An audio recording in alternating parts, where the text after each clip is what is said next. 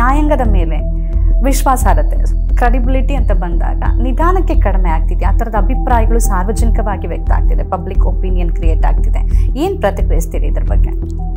For example, ಈಗ ನಮ್ಮ ಜನಕ್ಕಿದೆ, ನೀನೇನೇ ಮಾಡಿದ್ರು ನಾನು ನಿನ್ನ ಕೋರ್ಟಲ್ಲಿ ನೋಡ್ಕೋತೀನಿ ಅಂತ. ಅಂದರೆ ಅಷ್ಟು ವಿಶ್ವಾಸ ಇದೆ, ಅಷ್ಟು ನಂಬಿಕೆ ಇದೆ. ಆ ನಂಬಿಕೆಯನ್ನು ಕೋರ್ಟ್ಗಳು ಉಳಿಸ್ಕೊಂಡಿದೆಯಾ? ಒಂದು ಮಹಾನ್ ಜರ್ನಲಿಸ್ಟನ್ನು ಮಹಾರಾಷ್ಟ್ರ ಗವರ್ಮೆಂಟ್ ಅರೆಸ್ಟ್ ಮಾಡಿದಾಗ ಒಂದೇ ದಿವಸದಲ್ಲಿ ಬೇಲ್ ಆಗಿತ್ತು ಸುಪ್ರೀಂ ಕೋರ್ಟಲ್ಲಿ. ಸಿದ್ದಿಕ್ ಕಪ್ಪನಿಗೆ ಎಷ್ಟು ವರ್ಷ ಆಗಿತ್ತು? ಅಂದರೆ ಕಾನೂನು ಎಲ್ರಿಗೂ ಸಮಾನ ಅನ್ನೋದು ಇದೆಯಾ ಸಂಜಯ್ ಹೆಗಡೆ? ಏನು ಅನ್ಸುತ್ತೆ ನಿಮಗೆ? ಒಂದು ರೀತಿಯಲ್ಲಿ ನೋಡಿದರೆ ಐಡಿಯಾಲಜಿಕಲ್ಲಿ ಎಲ್ಲ ಲಾಸ್ ಐಡಿಯಾಲಜಿಕಲ್. ನಾವು ಒಂದು ಈಕ್ವಲ್ ಸೊಸೈಟಿಯಲ್ಲಿ ಇದ್ದೇವಾ, ಇಲ್ಲಾಂದರೆ ನಮ್ಮ ಗ್ರೇಡೆಡ್ ಸೊಸೈಟಿಯ? ಈಗ ಉಮರ್ ಖಲೀದ್ ವಿಚಾರವನ್ನು ತಗೊಂಡ್ರೆ 5 ವರ್ಷಗಳಿಂದ ಟ್ರಯಲೇ ಇಲ್ಲದೆ ಜೈಲಲ್ಲಿದ್ದಾರೆ ಅಂತಂದರೆ, ನೀವೇ ಜಡ್ಜ್ಮೆಂಟಿನ ಕೆಲವು ಪ್ರಸ್ತಾಪ ಮಾಡಿದ್ದೀರಿ. ಅಂದರೆ ಟ್ರಯಲ್ ಇಲ್ಲದೆ ಇಟ್ಕೊಳ್ಳೋ ಹಾಗಿಲ್ಲ ಅಂತ, ಆದರೆ ಕೆಲವು ಜಡ್ಜ್ಮೆಂಟ್ ಅದಕ್ಕೆ ಪೂರಕವಾಗಿದೆ. ಇದನ್ನು ಹೇಗೆ ನೋಡ್ತೀರಿ? ಯಾರ್ದಾದ್ರೂ ಹಕ್ಕು ಹೋದರೆ ಆ ಹಕ್ಕು ನಮ್ಮದ್ದು ಅಂತ ಆ ಒಂದು ಭಾವನೆ ನಮ್ಮಲ್ಲಿ injustice anywhere is injustice everywhere ಅಂತ.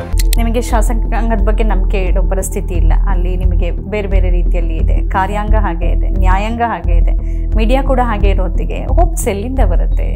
ನೆಕ್ಸ್ಟ್ ಜನ್ರೇಷನ್ಗೆ ಒಂದು ಹೋಪ್ಸ್ ಇರಬೇಕಲ್ಲ. ಅದೇ ಜೋಶ್ ಮಲಿಯಾಬಾದಿದು ಲೈನ್ಸ್ ಇದೆ, ಕಿಸ್ಕೋ ಆತಿ ಹೈ ಮಸಿಹಾಯಿ ಕಿಸೆ ಆವಾಜ್ ದೂ. ಫೈಜ್ ಸಾಬಿದು ರಿಪ್ಲೈ ಇದೆ, ದಿಲ್ ನಾ ಉಮೀದ್ ನ ಸಹಿ नाकाम ही तो है, लंबी है गम की शाम पर शाम ही तो है. The ability to live like a hermit and work like a horse. ನಿಮಗೆ ಸೇವೆ ಮಾಡಬೇಕಾದ್ರೆ ನೀವು ಜಡ್ಜ್ ಆಗಿ. ಅಥವಾ ಈ ದೆಹಲಿ ಗಲಭೆ ಇರ್ಬೋದು, ಅಂದರೆ ಒಂದು ಧಾರ್ಮಿಕ ವರ್ಗಕ್ಕೆ ಸೇರಿದ ಅಲ್ಪಸಂಖ್ಯಾತರನ್ನ ನ್ಯಾಯಾಂಗವೂ ಈ ಥರದ ರೀತಿಯಲ್ಲಿ ನಡೆಸ್ಕೊಂಡಾಗ ಸಂವಿಧಾನದ ಆಶಯಗಳಿಗೆ ಯಾವ ರೀತಿ ಬೆಲೆ ಇರುತ್ತೆ? There are forward looking judges and there are judges who are looking forward. Okay. ಎರಡೂ ಥರದವ್ರು ಇರ್ತಾರೆ. ಎರಡೂ ಥರದವ್ರು. ಕೋರ್ಟಿದ ಕೆಲಸ ಫ್ರೀ ಸ್ಪೀಚನ್ನು ಪ್ರೊಟೆಕ್ಟ್ ಮಾಡೋದು. ಕುನಾಲ್ ಕಾಮ್ರಾ ಹಾಗೆ ಹೇಳಿದ ಅಂತ, ಇವರು FIR ಹಾಕಿದ್ರೆ FIR ಸ್ಟಾಪ್ ಮಾಡಿ. ಕುನಾಲ್ ಕಾಮ್ರಾಗೆ ಹೇಳಿ, ನೀನು ಹೀಗೆ ಹೇಳೋದಂತ ಹಾಗೆ ಹೇಳ್ಬೋದು, ಅಲ್ಲ ಇದರ ವಿಷಯ ನೀನು ಹೇಳಬಾರ್ದು ಅಂತ, ಅದು ಕೋರ್ಟಿನ ಕೆಲಸ ಅಲ್ಲ. ನೀವು ಹೇಳ್ದಂಗೆ ವಾಟ್ಸಪ್ ಅಥವಾ ಇನ್ಸ್ಟಾ ಶಾರ್ಟ್ಸ್ ಇದರ ಪ್ರಭಾವ ನ್ಯಾಯಾಂಗದಲ್ಲಿ ಎಷ್ಟಿದೆ? ಸಾಮಾಜಿಕ ಮಾಧ್ಯಮದಿಂದ power of freedom of speech ಮಾತ್ರ ಅಲ್ಲ, ಫ್ರೀಡಮ್ ಆಫ್ ರೀಚ್ ಸಹ ಬರ್ತದೆ.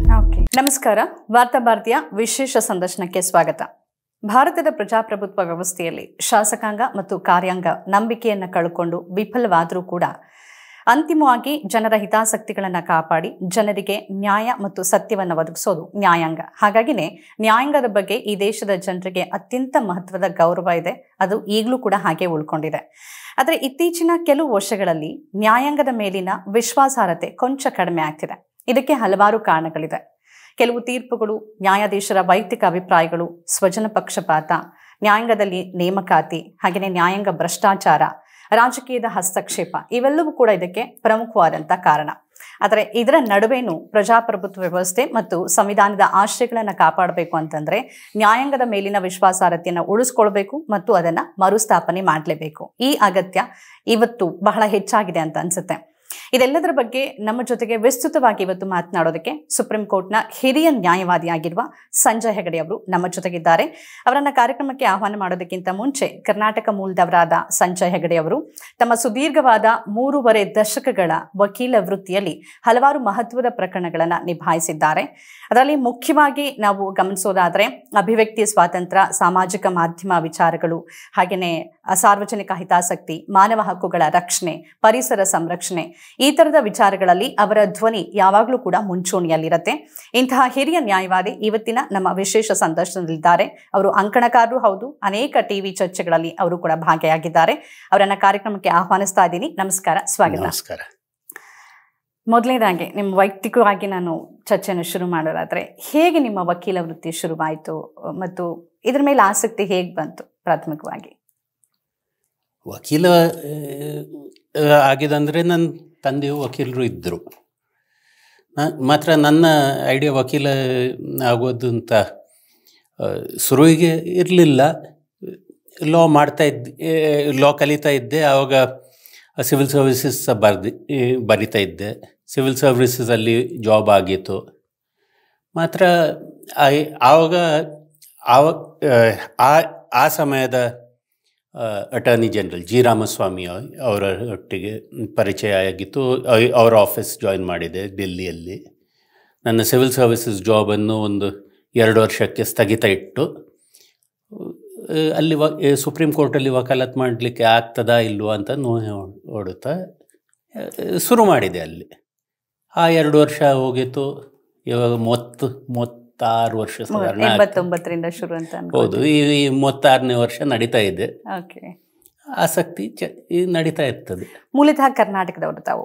ಕರ್ನಾಟಕ ಮತ್ತು ನಿಮ್ಮ ಸಂಬಂಧ ಹೇಗಿದೆ? ಅಂದ್ರೆ ಕರ್ನಾಟಕವನ್ನ ಸುಮಾರು 1 ದಶಕಗಳ ಕಾಲ ನೀವು ಪ್ರತಿನಿಧಿಸಿದ್ರಿ. ಹೇಗಿದೆ ನಿಮ್ಮ ಮತ್ತು ಕರ್ನಾಟಕದ ಸಂಬಂಧ? ಕರ್ನಾಟಕ ನಮ್ಮ ತಾಯಿ.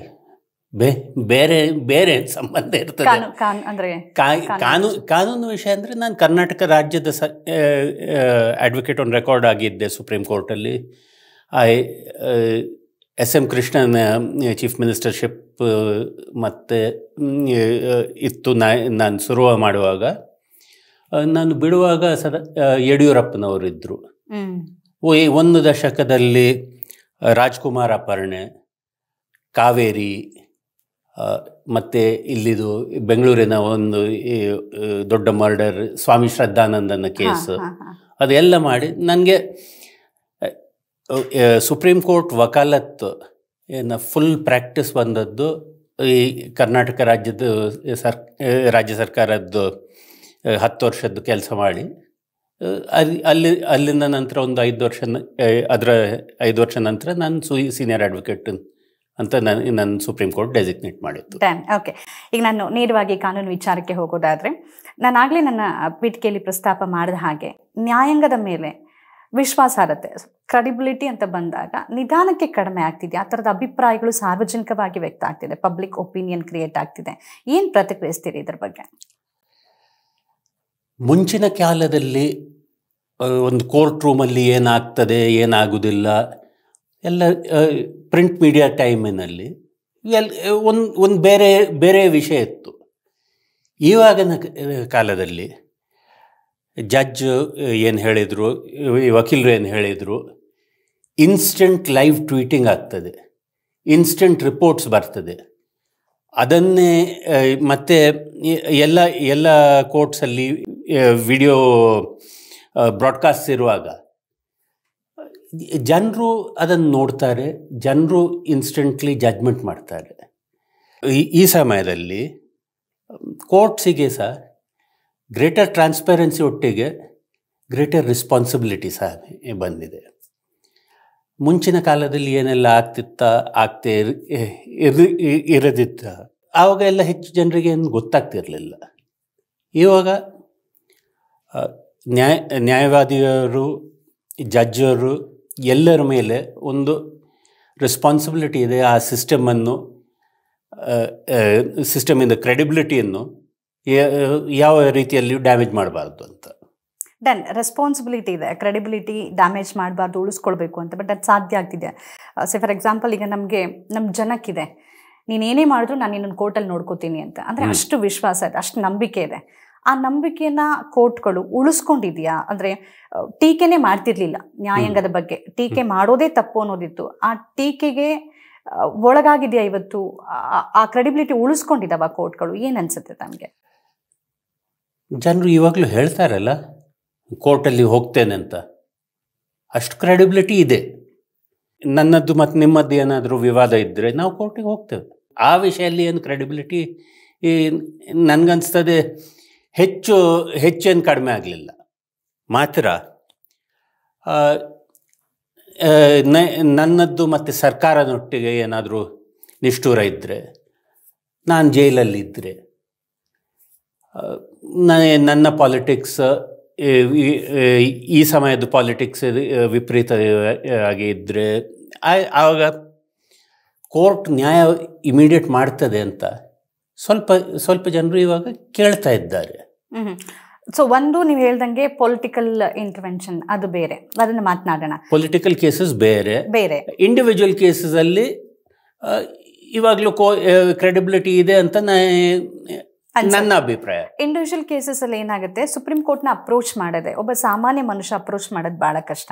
ಆದರೆ ಪ್ರಭಾವಿ ಪ್ರಕರಣಗಳು, ಅದು ನೀವು ಪೊಲಿಟಿಷಿಯನ್ಸ್ ತಗೊಳ್ಳಿ, ಸೆಲೆಬ್ರಿಟಿಗಳು ತಗೊಳ್ಳಿ, ಅಥವಾ ಬೇರೆ ಯಾರಾದರೂ ಬ್ಯೂರೋಕ್ರಸಿ ಇರ್ಬೋದು, ಯಾರು ತಗೊಂಡ್ರೆ ಒಂದಿನಕ್ಕೇನೆ ಸುಪ್ರೀಂ ಕೋರ್ಟ್ ಅಪ್ರೋಚ್ ಮಾಡ್ತಾರೆ, ಸ್ಟೇ ತಗೊಂಡ್ಬರ್ತಾರೆ, ಈ ಥರದ್ದು ನಡೆಯುತ್ತೆ. ಅಂದರೆ ಕಾನೂನು ಎಲ್ರಿಗೂ ಸಮಾನ ಅನ್ನೋದು ಇದೆಯಾ ಸಂಜಯ್ ಹೆಗ್ಡೆ? ಏನು ಅನ್ಸುತ್ತೆ ನಿಮಗೆ?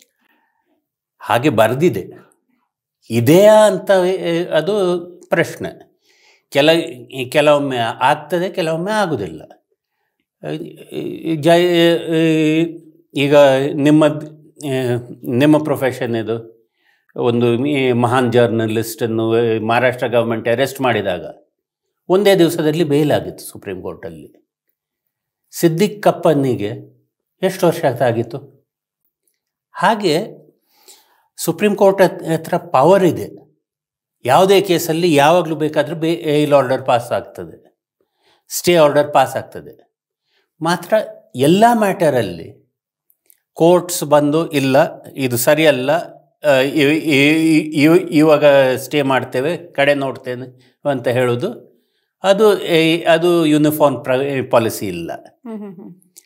ಮಾತ್ರ ಕೆಲವರು ಮನೆ ಹೋಗ್ತಾ ಇದೆ, ಡೆಮಾಲಿಷನ್ಸ್ ಆಗ್ತಾ ಇದೆ, ಆವಾಗೆಲ್ಲ ಕೋರ್ಟ್ಸ್ ಹೆಚ್ಚಿನೊತ್ತಿಗೆ ಇಂಟರ್ಫಿಯರ್ ಮಾಡ್ತಾರೆ. ಓಕೆ, ನೀವು ಪ್ರಸ್ತಾಪ ಮಾಡಿದ್ದೀರಿ ಇದನ್ನು.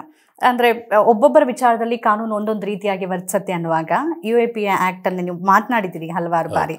ಈಗ ಉಮರ್ ಖಲೀದ್ ವಿಚಾರವನ್ನು ತಗೊಂಡ್ರೆ 5 ವರ್ಷಗಳಿಂದ ಟ್ರಯಲೇ ಇಲ್ಲದೆ ಜೈಲಲ್ಲಿದ್ದಾರೆ ಅಂತಂದರೆ, ನೀವೇ ಜಡ್ಜ್ಮೆಂಟಿನ ಕೆಲವು ಪ್ರಸ್ತಾಪ ಮಾಡಿದ್ದೀರಿ. ಅಂದರೆ ಟ್ರಯಲ್ ಇಲ್ಲದೆ ಇಟ್ಕೊಳ್ಳೋ ಹಾಗಿಲ್ಲ ಅಂತ, ಆದರೆ ಕೆಲವು ಜಡ್ಜ್ಮೆಂಟ್ ಅದಕ್ಕೆ ಪೂರಕವಾಗಿದೆ. ಇದನ್ನು ಹೇಗೆ ನೋಡ್ತೀರಿ ನೀವು? ನಾರ್ಮಲ್ ರೂಲ್ ಬೇಲ್, ಜೈಲಲ್ಲ ಅಂತ ಮುಂಚಿನ ಕಾನೂನು. ಮಾತ್ರ UAPA, PMLA, NDPS ಅಂದರೆ ಡ್ರಗ್ಸ್ ಮ್ಯಾಟರ್ಸಲ್ಲೆಲ್ಲ ಒಂದು ಸ್ಪೆಷಲ್ ಪ್ರೊವಿಷನ್ ಇದೆ. ಬೇಲ್ ಕೊಡುವ ಮುಂಚೆ ನೋಡಬೇಕು ಇದರಲ್ಲಿ ಕೇಸ್ ಇದೆಯಾ, ಇವನು ದೋಷಿಯಾ ಇರ್ಬೋದಾ, ಹಾಗೆ ಇದ್ದರೆ ಬೇಲ್ ಕೊಡಬಾರ್ದು. ಮತ್ತು ಬೇಲ್ ಕೊಟ್ಟರೆ ಸಹ ಇನ್ನೊಮ್ಮೆ ಅದೇ ಮಾಡ್ತಾನೆ ಇಲ್ವಾ ಅಂತ ಅದು ನೋಡಬೇಕಂತ. ಆ ಶುರುವಿದ ಕ್ಲಾಸ್ ಇದೆಯಲ್ಲ, ಪ್ರೈಮ ಫಸೈ ಏನು ಕೇಸ್ ಇದೆಯಾ ನೋಡಬೇಕಾ, ಬೇಲ್ ಕೊಡಬೇಕಾ ಅಂತ ಅದಕ್ಕೆ ಸುಪ್ರೀಂ ಕೋರ್ಟಿದು ಒಂದು ಜಡ್ಜ್ಮೆಂಟ್ ಇದೆ, ಜಮ್ಮು ಕಾಶ್ಮೀರದ್ದು ವಟಾಲಿ ಅಂತ. ವಟಾಲಿಯಲ್ಲಿ ಅವ್ರು ಹೇಳಿದರು, ಇಲ್ಲ ನೀವು ಎಲ್ಲ ಬೇಲ್ ಕೊಡುವಾಗ ಮಿನಿ ಟ್ರಯಲ್ ಎಲ್ಲ ಮಾಡಬಾರ್ದು, ನೀವು ಕೆಲವು ಕೇಸ್ ಹಲವಾರು ಕೇಸಲ್ಲಿ ಎಲ್ಲ ಬೇಲ್ ಕೊಡ್ಬೋದು, ಮಾತ್ರ ಹೆಚ್ಚಿನ ಕೇಸೆಲ್ಲ ಟ್ರಯಲ್ ಟೈಮಲ್ಲೇ ನೋಡಿ ಅಂತ. ಸೊ ಅದು ಒಂದು ಅಪ್ರೋಚು. ಮಾತ್ರ ಅದು 2019 ಕೊಟ್ಟ ಜಡ್ಜ್ಮೆಂಟ್ ಸುಪ್ರೀಂ ಕೋರ್ಟ್. ಕಡೆಗೆ 2021 ನಜೀಬ್ ಅಂತ ಒಂದು ಕೇಸ್ ಇತ್ತು. ಅದರಲ್ಲಿ ಅವ್ರು ಹೇಳಿದರು, ಅಲ್ಲ ಅದೆಲ್ಲ ವಟಾಲಿ ಅದ್ರ ಜಾಗದಲ್ಲಿ ಮಾತ್ರ ಯಾರಾದರೂ ವರ್ಷಗಟ್ಟಲೆ ಒಳಗಿದ್ದು ಟ್ರಯಲ್ ಆಗದೇ ಇದ್ದರೆ ಅದು ಸಹ ಒಂದು ಫ್ಯಾಕ್ಟರ್, ನೀವು ಬೇಲ್ ಕೊಡ್ಬೋದು ಅಂತ. ಉಮರ್ ಖಾಲಿದ್ನ ಕೇಸಲ್ಲಿ ಉಮರ್ ಖಾಲಿದ್ ಮಾತ್ರ ಅಲ್ಲ, 10 ಜನರು ಅವರು ಬೇರೆಯವರಿದ್ದಾರೆ. 10 ಜನರು 11 ಜನರಿಗೆ ಇಲ್ಲ, ನಾವು ಇದೆಲ್ಲ ನಮಗೆ ವಟಾಲಿ ಜಡ್ಜ್ಮೆಂಟ್ ಇದೆ, ನಾವು ಇವಾಗ ಕೊಡಲ್ಲ ಅಂತ ಡೆಲ್ಲಿ ಹೈಕೋರ್ಟಿದು ಈ ಜಡ್ಜ್ಮೆಂಟು. ಮಾತ್ರ ಕಾನೂನಲ್ಲಿ ಬರೆದದ್ದೊಂದು, ಸುಪ್ರೀಂ ಕೋರ್ಟಿದ್ದು ಜಡ್ಜ್ಮೆಂಟ್ಸ್ 2 ರೀತಿ ಇದೆ. ಯಾವ ಜಡ್ಜ್ಮೆಂಟನ್ನು ಫಾಲೋ ಮಾಡಬೇಕಂತ ಡೆಲ್ಲಿ ಹೈಕೋರ್ಟಿಗೆ ಒಂದು ಸ್ವಲ್ಪ ಹೆಣಿಸ್ಬೇಕಿತ್ತಲ್ಲ. ಅಲ್ಟಿಮೇಟ್ಲಿ ಇದರಲ್ಲಿ ಈ ಕೇಸಲ್ಲಿ, ಇಂಥ ಕೇಸಲ್ಲಿ 5 ವರ್ಷ ನಂತರ ನೀವು ಬೇಲ್ ಕೊಡದಿದ್ದರೆ ಕೋರ್ಟ್ಸಿಗೆ ಯಾರು ಬರ್ತಾರೆ? ಈಗ ನೀವು ಪ್ರಸ್ತಾಪ ಮಾಡ್ದಂಗೆ UAPA ಇರ್ಬೋದು, PMLA ಅಥವಾ NDPS, ಇಂತಹ ಕಾನೂನುಗಳು ದುರ್ಬಳಕೆ ಆಗಿರುವ ಉದಾಹರಣೆಗಳು ನಮಗಿದೆ. ಈಗ 5 ವರ್ಷ 10 ವರ್ಷ ಜೈಲಲ್ಲೇ ಇದ್ದರೆ, ಆ ನಂತರ ಹೊರಗಡೆ ಬಂದರೆ ಅಥವಾ ನಿರಪರಾಧಿ ಅಂತ ಆದರೆ ಆ ವರ್ಷಗಳನ್ನು ಯಾರು ತಂದು ಕೊಡ್ತಾರೆ? ಅದರ ಜವಾಬ್ದಾರಿ ಯಾರಾಗ್ತಾರೆ? ಮತ್ತು ಮಾನವ ಹಕ್ಕುಗಳ ದಮನ ಆಗೋದಿಲ್ವಾ? ಇಲ್ಲಿ ದಮನ ಆಗ್ತದೆ. 5 ವರ್ಷ 10 ವರ್ಷ ನಂತರ ಯಾರಿಗಾದರೂ ಬೇಲ್ ಸಿಕ್ಕಿದರೆ ಇಲ್ಲಾದರೆ ನಿರ್ದೋಷ ಅಂತ ಆದ ನಂತರ ಆ 5 ವರ್ಷ 10 ವರ್ಷ ಯಾರು ಹಿಂದೆಗೊಡ್ಲಿಕ್ಕಾಗಲ್ಲ. ಮಾತ್ರ ಅವರು ಹೊರಗೆ ಬಂದವರು ಪುನಃ ಕೋರ್ಟಿಗೆ ಬರಲ್ಲ. ಇಂಥ ಆಫೀಸರ್ ನನ್ನ ಮೇಲೆ ಕೇಸ್ ಹಾಕಿದ್ದು, ಅದು ಸುಳ್ಳು ಕೇಸ್ ಆಗಿತ್ತು, ಅವರಿಗೆ ಶಿಕ್ಷೆ ಕೊಡಿ ಅಂತ ಯಾರೂ ಬರಲ್ಲ. ಒಂದು ಸಲ ಸಿಸ್ಟಮಿಂದ ಹೊರಗೆ ಹೋದರೆ ಹಿಂದೆ ಯಾರೂ ನೋಡೋದಿಲ್ಲ. ಸೊ ಇಂಥ ಪರಿಸ್ಥಿತಿಯಲ್ಲಿ ನಮ್ಮ ದೇಶಕ್ಕೆ ಒಂದು ಹೆಣಿಸ್ಬೇಕು, ನಾವು ಏನು ಮಾಡ್ತಾ ಇದ್ದೇವೆ. ಅಕೌಂಟಬಿಲಿಟಿ ಯಾರು ತಗೋಬೇಕು? ಅಕೌಂಟಬಿಲಿಟಿ ಅಂತ ಶಬ್ದ ಎಕ್ಸಿಕ್ಯೂಟಿವ್ ಅಲ್ಲಿ ಇದೆಯಾ? ಅಕೌಂಟಬಿಲಿಟಿಗೆ ಲಾಸ್ ಇದೆಯಾ? ಕಾಂಪೆನ್ಸೇಷನಿಗೆ ಲಾಸ್ ಇದೆಯಾ? ಹೇಳಲಿಕ್ಕೆ ಇದೆ. ಮಾತ್ರ ಅದರ ಪ್ರೊಸೀಜರ್ ಅಷ್ಟು ಉದ್ದ ಮಾಡಿದರೆ ಯಾರು ಅಕೌಂಟಬಿಲಿಟಿ ಎನ್ಫೋರ್ಸ್ ಮಾಡಲಿಕ್ಕೆ ಬರಲ್ಲ. ಡ್ಯಾನ್. ಓಕೆ, ಈಗ ನಾವು ಸ್ವಜನ ಪಕ್ಷಪಾತ ಅಥವಾ ನ್ಯಾಯಾಂಗ ಭ್ರಷ್ಟಾಚಾರದ ಬಗ್ಗೆ ಮಾತನಾಡುವಾಗ ನ್ಯಾಯಾಧೀಶರಿಗೂ ಟೀಕೆಗೆ ಹೊರತಾಗಿಲ್ಲ. ಯಾಕೆಂದರೆ ಹಲವಾರು ಪ್ರಕರಣಗಳು ನಮ್ಮ ಮುಂದಿದೆ. ಕೆಲವು ಪ್ರಭಾವಕ್ಕೆ ಒಳಗಾಗಿ ಸ್ವಜನ ಪಕ್ಷಪಾತಕ್ಕೆ ಒಳಗಾಗಿ ತೀರ್ಪನ್ನು ಕೊಟ್ಟಿರೋದು, ಅಥವಾ ನೀವು ಯಶವಂತ್ ವರ್ಮಾ ಅವರ ಪ್ರಕರಣ ನೋಡ್ಬೋದು. ಹೀಗಿರೋ ಹೊತ್ತಲ್ಲಿ ನ್ಯಾಯಾಂಗ ಭ್ರಷ್ಟಾಚಾರದ ಬಗ್ಗೆ ಒಳಗಿಂದಲೇ ಹೆಚ್ಚು ಧ್ವನಿ ಬರಬೇಕು, ಅಲ್ಲಿನವರೇ ಧ್ವನಿ ಮಾಡಬೇಕು ಅನ್ನೋದಿದೆ. ಏನು ಅಭಿಪ್ರಾಯ ಇದ್ರ ಬಗ್ಗೆ? ನ್ಯಾಯಾಂಗದಲ್ಲಿ ಭ್ರಷ್ಟಾಚಾರ, ವಕೀಲರ ಭ್ರಷ್ಟಾಚಾರ ಇಲ್ಲದೆ ನಡೆಯಲ್ಲ. ಭ್ರಷ್ಟ ವಕೀಲರು ಇದ್ದಾಗ ಭ್ರಷ್ಟ ನ್ಯಾಯಾಧೀಶರು ಇರ್ತಾರೆ. ವಕೀಲರಿಂದವೇ ನ್ಯಾಯಾಧೀಶರು ಬರುವುದು. ಮತ್ತು ಆ ಸಂಪರ್ಕ ಕೆಲವೊಮ್ಮೆ ಇರ್ತದೆ. ಮಾತ್ರ ವಕೀಲ ನ್ಯಾಯಾಧೀಶ ಆದಾಗ ಒಂದು ಸನ್ಯಾಸ ತಗೊಂಡಾಗೆ ಆ ಅಭಿಪ್ರಾಯ ಇರಬೇಕು, ನಿರ್ಲಿಪ್ತವಾಗಿರ್ಬೇಕು. ಹೌದು, ಇಂಗ್ಲೀಷ್ನಲ್ಲಿ ಹೇಳ್ತಾರೆ, the ability to live like a hermit and work like a horse. ನಿಮಗೆ ಸೇವೆ ಮಾಡಬೇಕಾದ್ರೆ ನೀವು ಜಡ್ಜ್ ಆಗಿ, ನಿಮಗೆ ದುಡ್ಡು ಮಾಡಬೇಕಾದ್ರೆ ಇಲ್ಲಿ ಮಾರ್ಕೆಟಲ್ಲಿ ಇರಿ. ಯಾರು ಹೇಳ್ತಾರೆ ನೀವು ನಿಮಗೆ ನಿಮ್ಮನ್ನು ನ್ಯಾಯಾಧೀಶ ಅಂತ ಆಗಬೇಕು, ಒಂದು ಸ್ಟೇಟಸ್ ಎಲ್ಲ ಇರಬೇಕು, ರೆಸ್ಪೆಕ್ಟ್ ಇರಬೇಕಾದ್ರೆ?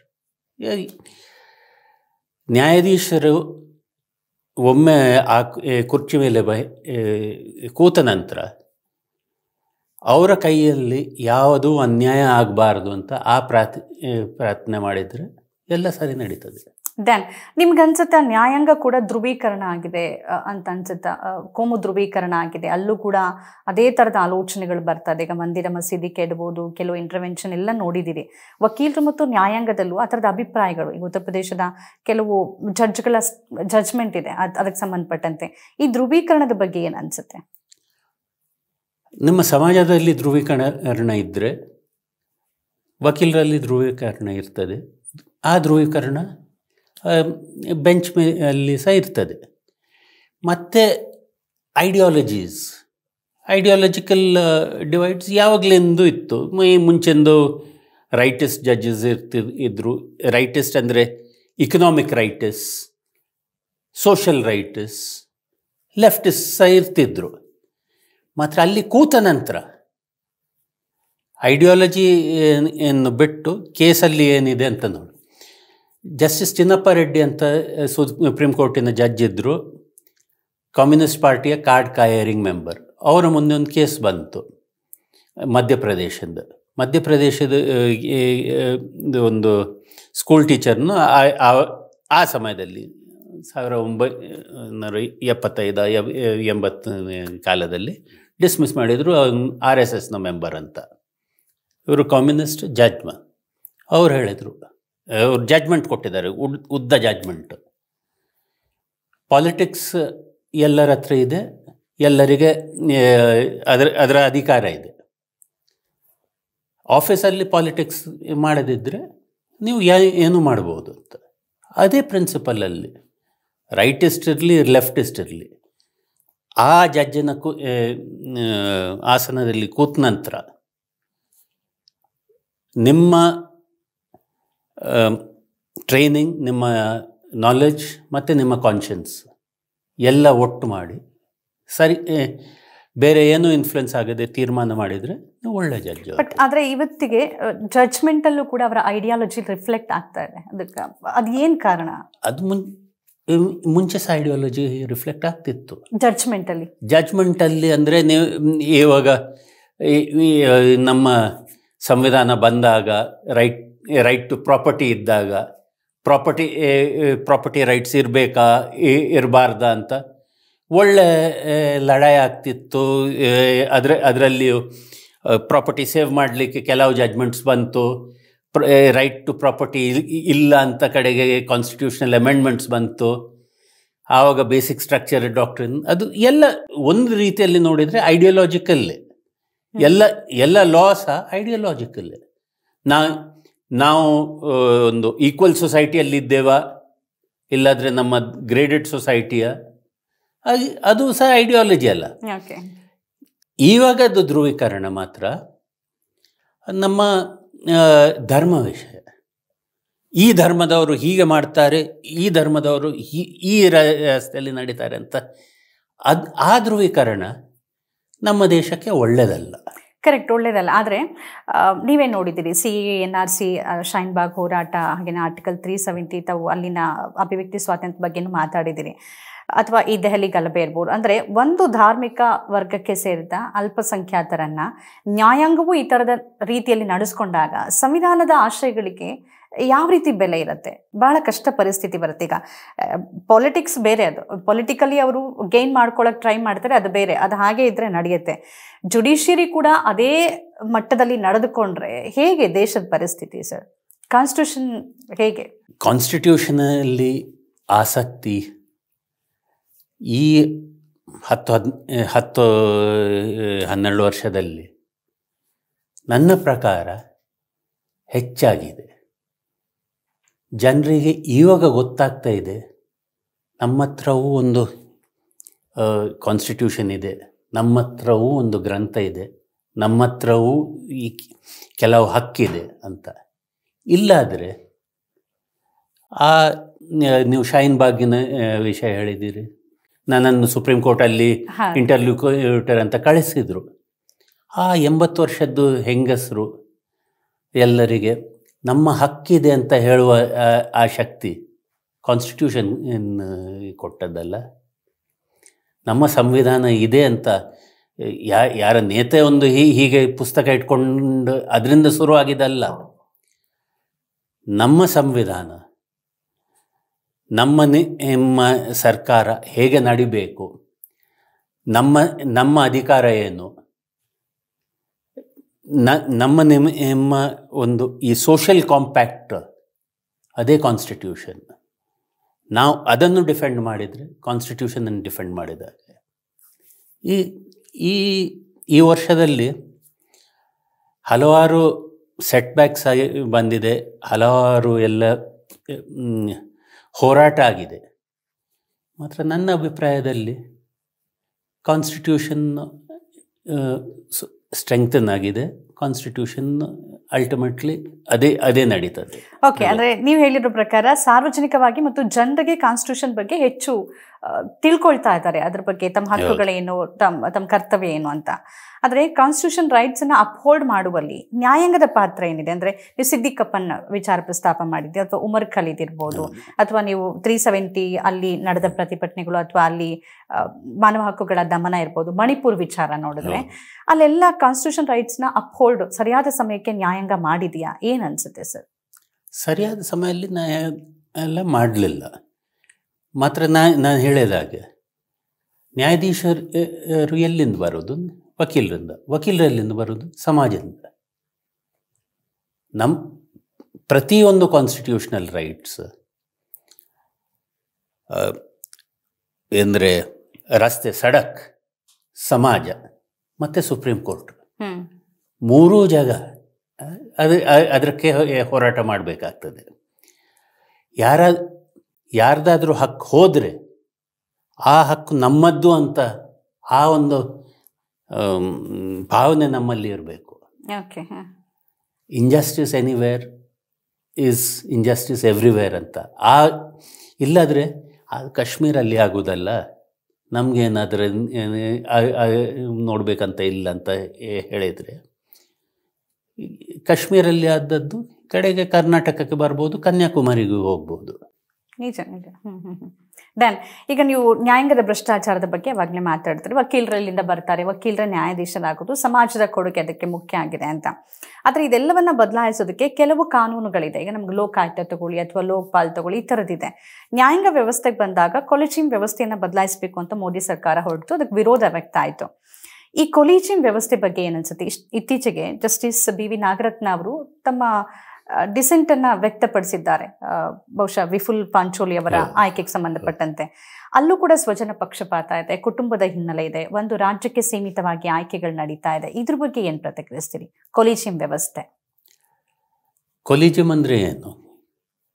ಸೀನಿಯರ್ ಜಡ್ಜಸ್ ಒಂದು ಸೆಲೆಕ್ಟ್ ಮಾಡ್ತಾರೆ ವಕೀಲರಲ್ಲಿ, ಪಾಸಿಬಲ್ ಕ್ಯಾಂಡಿಡೇಟ್ಸಲ್ಲಿ. ಕೊಲಿಜಿಯಂ ಸಿಸ್ಟಮ್ ಬಂದದ್ದು ಯಾಕೆ? ಕಾನ್ಸ್ಟಿಟ್ಯೂಷನಲ್ಲಿ ಪವರ್ ಆಫ್ ಅಪಾಯಿಂಟ್ಮೆಂಟ್ ಪ್ರೆಸಿಡೆಂಟ್ ಅಂದರೆ ಯೂನಿಯನ್ ಗೌರ್ಮೆಂಟ್ ಹತ್ರ ಇತ್ತು. ಯೂನಿಯನ್ ಗೌರ್ಮೆಂಟ್ ಆವಾಗ ಅಪಾಯಿಂಟ್ ಮಾಡ್ತಾ ಇರುವಾಗ ಕಾಂಗ್ರೆಸ್ನ ಟೈಮಲ್ಲಿ ನಮ್ಮ ಭಾರದ್ವಾಜ್ ಸಾಹೇಬ್ರು ಆವಾಗ ಲಾ ಮಿನಿಸ್ಟರ್ ಇದ್ದರು. ಆವಾಗ ಕೆಲವು ಅಪಾಯಿಂಟ್ಮೆಂಟ್ಸ್ ಹಾಗೆ ಇಂಥವರದ್ದೆಲ್ಲ ಆಗಿತ್ತು. ಆವಾಗ ರಾಮ್ ಜೇಠ್ಮಲಾನಿ ಅವರು ಹೇಳಿದರು, ದೇಶದಲ್ಲಿ ಎರಡು ನಮೂನೆದು ಜಡ್ಜರು ಇದ್ದಾರೆ. ಕೆಲವರಿಗೆ ಕಾನೂನು ಗೊತ್ತಿದೆ, ಕೆಲವರಿಗೆ ಕಾನೂನು ಮಂತ್ರಿಯ ಗುರ್ತಿದೆ. ಸೊ ಹಾಗೆ ಅಂಥ ಸಂದರ್ಭ ಬಂದಾಗ ಕಡೆಗೆ ಇಂಟರ್ಪ್ರಿಟೇಷನ್ ಇದು ಪ್ರೊಸೀಜರಲ್ಲಿ ಇಲ್ಲ, ಚೀಫ್ ಜಸ್ಟಿಸ್ ಹೇಳಿದ್ದು ಅದೇ ಆಗಬೇಕು. ಚೀಫ್ ಜಸ್ಟಿಸ್ ಅಂದರೆ ಸಿಂಗಲ್ ಚೀಫ್ ಜಸ್ಟಿಸ್ ಅಲ್ಲ, senior members of the judiciary, ಅದು ಕೊಲಿಜಿಯಂ ಅಂತ. ಇದನ್ನು ನಾನ್ ಟೆಕ್ನಿಕಲ್ ಎಕ್ಸಾಂಪಲ್ ಕೊಡಬೇಕಾದ್ರೆ ಕ್ರಿಕೆಟ್ ಟೀಮ್ ತೆಗೊಳ್ಳಿ. ಕ್ರಿಕೆಟ್ ಟೀಮಲ್ಲಿ ಸೀನಿಯರ್ ಪ್ಲೇಯರ್ಸ್ ಆಯಿತು, ಇವನು ಆಡ್ತಾನೆ ಅಂತ ಹಾಗೆ ಸೆಲೆಕ್ಷನ್ ಟೀಮ್ ಮಾಡಿದರೆ ಅದು ಬೆಟರಾ? ಇಲ್ಲಾದರೆ ಬೋರ್ಡಿದ ಅಡ್ಮಿನಿಸ್ಟ್ರೇಟರ್ಸ್ ಒಂದು ಜಯಶಾ ಇಲ್ಲಾದರೆ ಯಾರು ಅವನು ಶುಕ್ಲಾ ಅವ್ರು ಸೆಲೆಕ್ಟ್ ಮಾಡಿದರೆ ಯಾವ ಬೆಟರ್ ಟೀಮ್ ಯಾವುದು ಬರ್ತದೆ? ಮತ್ತು ಕೊಲಿಜಿಯಂ ಸಹ ಇದು ಏನು ಫಿಕ್ಸ್ಡ್ ಇರುವುದಿಲ್ಲ, ಇದೇ 5 ಜನರು ಸೆಲೆಕ್ಟ್ ಮಾಡ್ತಾರೆ ಅಂತ. ಕೆಲವು ಅದು ಇಟ್ಸ್ ಕಾನ್ಸ್ಟೆಂಟ್ಲಿ ಚೇಂಜಿಂಗ್. ಕೆಲವು ರಿಟೈರ್ ಆಗ್ತಾರೆ, ಹೊಸಬರು ಬರ್ತಾರೆ. ಜಸ್ಟಿಸ್ ಪಾಂಚೋಲಿ ವಿಷಯ ಮಾತಾಡಿದ್ದೀರಿ. ಜಸ್ಟಿಸ್ ನಾಗರತ್ನ ಡಿಸೆಂಟಲ್ಲಿ ಇತ್ತು. 3 ತಿಂಗಳು ಮುಂಚೆ ಬೇರೆ ಕೊಲಿಜಿಯಂ ಇರುವಾಗ, ಜಸ್ಟಿಸ್ ಹೋಗಿರುವಾಗ, ಆವಾಗ ಇಲ್ಲಿಂದ ಜಸ್ಟಿಸ್ ಅಂಜಾರಿಯನ್ನು ಸಿಲೆಕ್ಟ್ ಮಾಡಿದರು. ಅವರು ಗುಜರಾತ್ ಕೋರ್ಟದ ಅಲ್ಲಿ. ಆವಾಗ ನಾನು ಹೆಂಡಿಸಿದೆ, ಇನ್ನು ಇವರು ಜಸ್ಟಿಸ್ ಪಾಂಚೋಲಿದು ಕ್ವೆಶ್ಚನ್ ಬರಲ್ಲ ಅಂತ. ಇವಾಗ ಕೊಲಿಜಿಯಂ ಚೇಂಜ್ ಆದಾಗ ಇಲ್ಲ ಇದಾಗ್ಬೋದು ಅಂತ ಆಯಿತು. ಅಂದರೆ 4 ಜನರಿಗೆ ಇದು ಮಾಡಬೇಕಂತ ಅನಿಸಿತ್ತು. 1 ಜನರದ್ದು ಡಿಸೆಂಟ್ ಇದೆ. ನಾನೇನು ಕೇಳ್ತಾ ಇದ್ದೀನಿ ಅಂದರೆ, ಸೊ ನೀವು ಸುಮಾರಷ್ಟು ಉದಾಹರಣೆ ನಾನು ಕೊಡೋದಾದರೆ ಜಸ್ಟಿಸ್ ಚಂದ್ರಚೂಡ್ ಅವರಿಂದನೂ ಹಿಡಿದು ಸುಪ್ರೀಂ ಕೋರ್ಟ್ನ ಅನೇಕ ನ್ಯಾಯಾಧೀಶರುಗಳು ಕುಟುಂಬದ ಹಿನ್ನೆಲೆ ಹೊಂದಿದ್ದಾರೆ. ಕೆಲವರು ಸಂಪೂರ್ಣವಾಗಿ ಕುಟುಂಬದಲ್ಲಿ ವಕೀಲರು ನ್ಯಾಯಾಧೀಶರಾಗಿದ್ದಾರೆ. ಈ ಥರ ಜಾಸ್ತಿ ಇದೆ. ಕೊಲಿಜಿಯಂನಲ್ಲಿರೋ ವ್ಯಕ್ತಿಗಳು ಚೇಂಜ್ ಆಗ್ಬೋದು, ನ್ಯಾಯಾಧೀಶರುಗಳು ಚೇಂಜ್ ಆಗ್ಬೋದು, ಆದರೆ ಆ ಸೆಲೆಕ್ಷನ್ ಪ್ಯಾಟರ್ನ್ ಇದೆಯಲ್ಲ, ಆ ಪ್ಯಾಟರ್ನ್ ಮತ್ತು ಟ್ರಾನ್ಸ್ಪರೆನ್ಸಿ ಕೊರತೆ ಸ್ವಲ್ಪ ಕಾಣಿಸುತ್ತೆ. ಇದ್ರ ಬಗ್ಗೆ ಏನನ್ಸುತ್ತೆ? ಅದು ಕರೆಕ್ಟ್. ಅಂದರೆ ನನ್ನನ್ನು ಕೊಲಿಜಿಯಮಲ್ಲಿ ಹಾಕಿದರೆ ನಾನು ಉಂಟಿಸ್ಬೋದು ಅಲ್ಲ. ನನ್ನ ಜೀವನಾಭಿಪ್ರಾಯದಲ್ಲಿ ಯಾರ್ಯಾರು ಜಡ್ಜ್ ಆಗ್ಬೋದು, ಅವನು ಒಳ್ಳೆ ವಕೀಲ, ಅವನು ನನ್ನೊಟ್ಟಿಗೆ ಕೆಲಸ ಮಾಡಿದ್ದಾನೆ ನನಗೆ ಗೊತ್ತು ಅಂತ. ಸೊ ಆ ಪ್ಯಾಟರ್ನ್ಸ್ ನಡೀತದೆ. ಮತ್ತು ಕೆಲವರು ಇರ್ತಾರೆ, ನನ್ನ ಮಗ, ನನ್ನ ನೆವ್ಯೂ ಇವಾಗ ವಯಸ್ಸಾಗಿತ್ತು, ಸಾಧಾರಣ ಪ್ರಾಕ್ಟೀಸ್ ಇದೆ, ಇವಾಗ ಜಡ್ಜ್ ಆದರೆ ಕಡೆಗೆ ನನ್ನ ರಿಟೈರ್ಮೆಂಟ್ ಆಗುವಾಗ ಬೇರೆ ಗೌರ್ಮೆಂಟ್ ಮನೆ ಇರ್ತದೆ ಇರಲಿಕ್ಕೆ. ಹಾಗೆ ಕ್ಯಾಲ್ಕುಲೇಟ್ ಮಾಡುವವರು ಇರ್ತಾರೆ. ಕೊಲಿಜಿಯಮಿಗೆ ಇವಾಗ ಬರುವ ಇನ್ಪುಟ್ಸ್ ಅದು ಓಪನ್ ಮತ್ತು ಟ್ರಾನ್ಸ್ಪರೆಂಟ್ ಇರಬೇಕು. ನನ್ನ ಪ್ರಕಾರ ಇವಾಗ ಮೇ ಬಿ ಯಾರಾದರೂ ಒಂದು website or data compilation publicly ಹಾಕಬೇಕು. ಇವರು ಪಾಸಿಬಲ್ ಕ್ಯಾಂಡಿಡೇಟ್ಸ್. ಪೀಪಲ್ಸ್ ಕೊಲೀಜಿಯಂ ಅಂತ ಒಂದು ವೆಬ್ಸೈಟ್ ಇರಬೇಕು. ಇವರು ಪಾಸಿಬಲ್ ಕ್ಯಾಂಡಿಡೇಟ್ಸ್, ಇವರದ್ದು ಇದು ಅಂದರೆ ಹೈಕೋರ್ಟಿಂದ ಸುಪ್ರೀಂ ಕೋರ್ಟ್ ಹೋಗೋದಾದರೆ ಇದೆಲ್ಲ ಇವರ ಜಡ್ಜ್ಮೆಂಟ್ಸು, ಇದು ಇವರ ಆ್ಯಸೆಟ್ಸು, ಇದು ಇವರ ಡೇಟ್ ಆಫ್ ಬರ್ತ್, ಅದು ಎಲ್ಲರಿಗೂ ಗೊತ್ತಿದೆ. ಸೊ ಹಾಗೆ ಪಾಸಿಬಿಲಿಟೀಸಲ್ಲಿ ಹಾಕಿದರೆ ಆ್ಯಂಡ್ ಮತ್ತು ಸೀನಿಯರ್ ರಿಟೈರ್ಡ್ ಜಡ್ಜಸ್ ಅದನ್ನು ಎಂಡೋರ್ಸ್ ಮಾಡಿದರೆ ಅದು ಒಂದು ದೇಶಕ್ಕೆ ಒಂದು ಕಂಪ್ಯಾರಿಸನಿಗೆ ಇರ್ತದೆ ಡೇಟಾಬೇಸ್. ಜನರಲ್ ಕನ್ಸೆನ್ಸಸ್ ಇವರ ವಿಷಯವಿದೆ. ಈ ಜಡ್ಜಸ್ ಕೊಲೀಜಿಯಂ ಈ ಡಿಸಿಷನ್ಗೆ ಬಂದಿದೆ.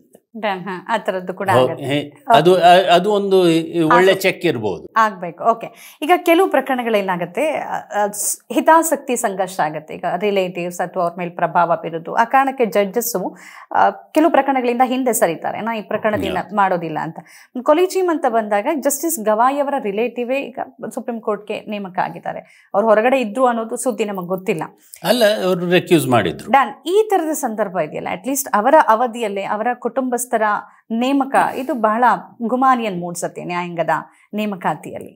ಹೌದು, ಮತ್ತೆ ಇದೇ ಜಸ್ಟಿಸ್ ಗವಾಯಿ ಟೈಮಲ್ಲಿ ಸೂರಿಗೆ ಎಲ್ಲ ಸಮಾಚಾರ ಬಂತು, ಯಾರಾದರೂ ಸೆಕೆಂಡ್ ಜನ್ರೇಷನ್ ಜಡ್ಜದ್ದು ಕನ್ಸಿಡ್ರೇಷನ್ ಎಲ್ಲ ಇದ್ದರೆ ಅದನ್ನೆಲ್ಲ ಸ್ಟಾಪ್ ಮಾಡ್ತೇವೆ ಅಂತ. ಮತ್ತು ಅವರು ಸೆಕೆಂಡ್ ಜನ್ರೇಷನ್ ಎಲ್ಲ ವಕೀಲರ ಆಗೇ ಇರೋದು ಬೆಟರ್ ಅಂತ ಹಾಗೆ ಎಲ್ಲ ಬಂತು. ಮಾತ್ರ ನೀವು ಜನ್ರೇಷನ್ಸನ್ನು ಎಕ್ಸ್ಕ್ಲೂಡ್ ಮಾಡಿದರೆ ಸಹ ಕೆಲವುದೆಲ್ಲ ಪ್ರೊಫೆಷ್ನಲ್ ರಿಲೇಷನ್ಶಿಪ್ಸ್ ಸಹ ಇರ್ತದೆ.